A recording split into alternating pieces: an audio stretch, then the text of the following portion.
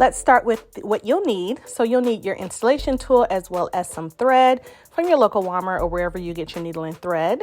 And then also you'll need your lock beads. So I'm going to start by just kind of threading the installation tool and tying a knot at the end. However long you decide to make your thread is completely up to you.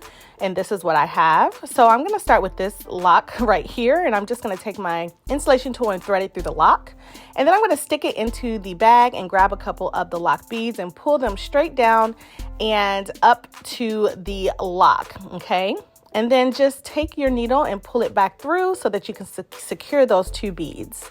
That's pretty much the process, you guys. I'm just going to continue the same process up the lock. However you decide to design your lock sprinkles is completely up to you. Sometimes I take 2 lock beads, sometimes I take 3, sometimes I take 1. And remember, this is the smallest size, so you can see what you can do with the smallest size, and it's absolutely gorgeous. So once I'm finished, I am going to tie a knot and then cut the ends so that loose piece of thread does not show. And this is what I'm left with. Now, y'all can get super creative with this.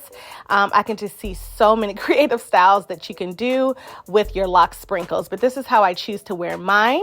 Also, remember, we have them in multiple colors, you guys. They are on the website at kendrakenshay.com. I will put the information in the caption or in the description box so that you guys can get to it.